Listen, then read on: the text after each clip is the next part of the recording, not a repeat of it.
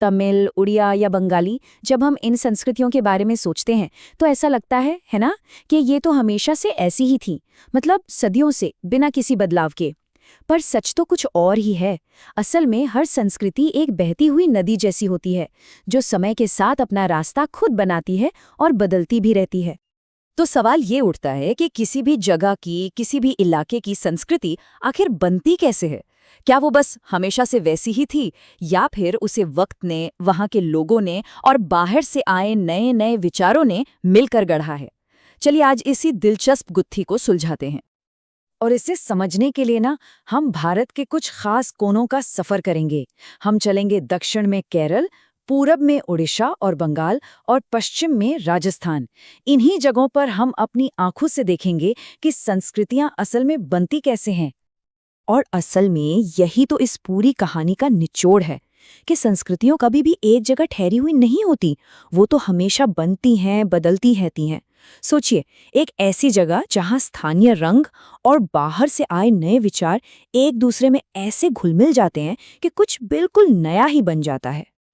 तो चलिए अपनी कहानी शुरू करते हैं केरल से। यहाँ हम ये देखने वाले हैं कि कैसे भाषा और सत्ता, यानी लैंग्वेज और पावर, जब एक साथ मिलते हैं तो एक पूरी की पूरी नई क्षेत्रीय पहचान को जन्म दे सकते हैं।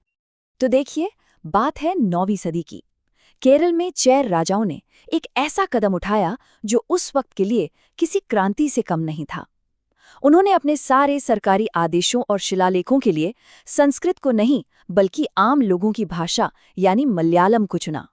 सोचिए, ये उस दौर में कितनी बड़ी बात रही होगी।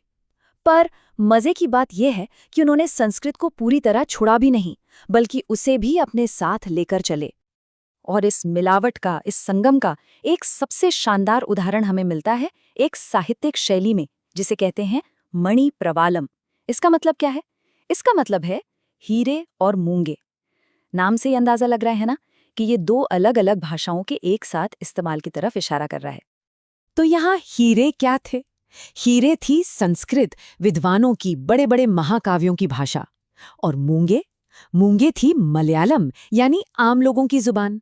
और जब इन दोनों को एक साथ पिरोया गया तो एक ऐसी नई और खूबसूरत साहित्यिक शैली बनी जो उस दौर में बिल्कुल ही अनोखी थी। और देखिए, ये संगम सिर्फ कागजों पर या कविताओं में नहीं था। जरा इस शुरुआती मलयालम शिलालेख को देखिए। ये पत्थर पर उकेरा गया मणि प्रवालम है। मतलब ये इस बात का जीता जागता सबूत है कि कैसे दो परंपराएं मिलकर एक नई भाषा और तो और एक नई पहचान को गढ़ सकती हैं।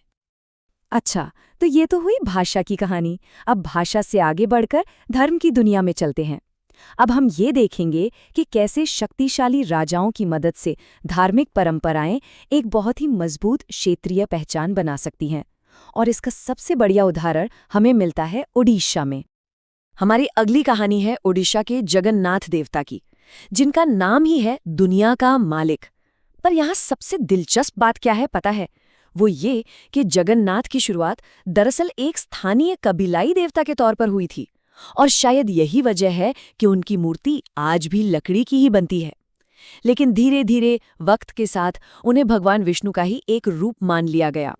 और इस बड़े बदलाव के पीछे राजाओं का बहुत बड़ा रोल था। देखिए, 12वीं सदी में राजा अनंतवर्मन ने पुरी में एक बहुत बड़ा भव्य मंदिर बनवाने का फैसला किया। फिर लगभग 100 साल बाद 1230 में राजा अनंग भीम तृतीय ने तो एक कदम और आगे बढ़ा दिया। उन्होंने अपना पूरा राजपाट ही देवता को सौंप दिया और खुद को उनका डेप्यूटी या उपशासक घोषित कर दिया। और बस इसी वजह से पुरी का मंदिर सिर्फ पूजा पाठ की जगह नहीं रह गया, वो सियासत और ताकत का एक बहुत बड़ा सेंटर बन गया। अब देखिए, मुगलों से लेकर मराठों और अंग्रेजों तक जिसने भी ओडिशा पर जीत हासिल की, उसने सबसे पहले मंदिर पर अपना कंट्रोल किया। क्यों? क्योंकि वे सब जानते थे कि मंदिर पर जिसका कब्जा होगा, आम लोग उसी को अपना असली शासक मानेंगे। तो हमने भाषा और धर्म की बात तो कर ली, अब बात करते हैं कला की। हम ये देखेंगे कि कैसे डांस और पेंटिंग जैसी कलाओं ने भी बाहरी प्रभावों को अपने अंदर समेटा और खुद को एक बिल्कुल नए और अनोखे अंदाज में ढाल लिया। तो हुआ ये कि जब मुगल साम्राज्य थोड़ा कमजोर पड़ा, तो वहां के कई बेहतरीन कलाकार राजस्थान के राजपूत दरबारों में चले आए। अब जरा इस तस्वीर को देखिए। यहाँ राजपूत कलाकारों ने टॉपिक तो मुगलों वाले ही उठाए, जैसे शिकार के सीन या दरबारी शानो शौकत, लेकिन उसे पेश करने का अंदाज देखिए, वो बिल्कुल अलग था, एकदम चटकीला और उनका अपना। और अगर डांस की बात करें तो इसका एक जबरदस्त उदाहरण है कथक। देखिए इसकी शुरुआत कहाँ से हुई। उत्तर भारत के मंदिरों में जो कथाकार होते थे, जो कहानियां सुनाते थे, वहां से फिर भक्ति आंदोलन का दौर आया तो ये राधा कृष्ण की कहानियों को दिखाने वाला एक डांस फॉर्म बन गया। लेकिन इसे एक खास रिफाइंड स्टाइल का दर्जा मिला मुगल दरबारों में, जहां इसे और तराशा गया। खास तौर पर लखनऊ के नवाब वाजिद अली शाह जैसे कद्रदानों के जमाने में तो कथक अपने चरम पर पहुंच गया। कमाल की बात तो ये है कि अंग्रेजों ने इसे पसंद नहीं किया, इसे दबाने की कोशिश भी की, लेकिन ये कला फिर भी जिंदा रही और आज़ादी के बाद इसे भारत के क्लासिकल डांस फॉर्म्स में एक खास जगह दी गई। ये दिखाता है कि एक आर्ट फॉर्म कितना लचीला और कितना मजबूत हो सकता है। चलिए अब हम अपने आखिरी हिस्से में चलते हैं और वहां हम अब तक देखे गए सारे मसालों को, यानी भाषा, धर्म, कला, इन सब को एक साथ मिलाकर बंगाल की समृद्ध संस्कृति की पड़ताल करेंगे। अब जरा बंगाली भाषा को ही देख लीजिए। ज्यादातर लोगों को लगता है कि ये सीधी सीधी संस्कृत से निकली है, पर कहानी इतनी सिंपल है नहीं। हाँ, वक्त के साथ इसमें संस्कृत का असर तो आया, लेकिन साथ ही इसमें कबीलाई भाषाएं, फारसी और यहाँ तक कि यूरोपियन भाषाओं के शब्द भी घुलते मिलते चले गए। ये बिल्कुल एक स्वादिष्ट खिचड़ी जैसी है, जिसमें कई अलग अलग मसालों का स्वाद है। और यही मिलावट वाला अंदाज हमें आर्किटेक्चर यानी वास्तुकला में भी देखने को मिलता है। बंगाल का अपना एक खास आर्किटेक्चरल स्टाइल है, और पता है इसकी शुरुआत कहाँ से हुई? इन साधारण सी फूस की झोपड़ियों से, जिन्हें दो चाला कहते हैं, मतलब दो ढलान वाली छत। अब इस भव्य मंदिर को देखिए, ये है चौचाला मंदिर, यानी चार छत वाला। इसमें और उस झोपड़ी में समानता साफ दिख रही है ना? इस मंदिर का डिजाइन सीधे सीधे उन गांवों की झोपड़ियों से ही लिया गया था। ये एक जबरदस्त उदाहरण है कि कैसे आम लोगों का जीवन और बड़ी बड़ी कलाएं एक दूसरे से जुड़ी होती हैं। और अब आते हैं बंगाल की सांस्कृतिक रेसिपी के सबसे स्वादिष्ट हिस्से पर, यानी भोजन पर।